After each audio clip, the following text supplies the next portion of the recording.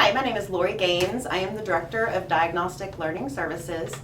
Today I want to talk to you about Section 504. What Section 504 is it's part of the Rehabilitation Act of 1973, and it really just levels the playing field for your student in school.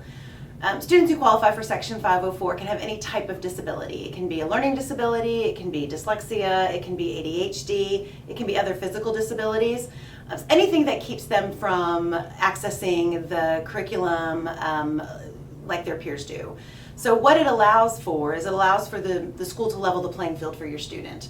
And how they do that is by accommodating them in the classroom, whether it be on homework assignments, taking tests, or how the information is delivered to them. Some examples of accommodations for students with ADHD, for example. Sometimes they need a quiet place to take a test, so sometimes they'll be allowed to take their test down to a room where they can work by themselves. Students with dyslexia often have trouble getting through the test at the same pace as their peers, so they'll be able to have their test split up into two sections and have extra time to complete their test. Really anything that doesn't change the curriculum but just allows for their disability to be accommodated falls under Section 504. Students typically have a 504 plan in place. There's a documentation kept by the school, and that's typically kept by the school counselor.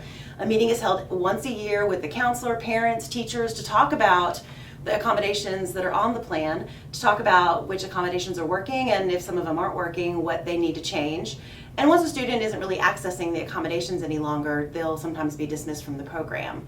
Students in college and universities can also access services through the university's Disability Services Program. They offer things like extra time on tests, copies of class notes, assistance through the writing center or reading center. Every university and college is a little bit different, but they offer the same basic accommodations.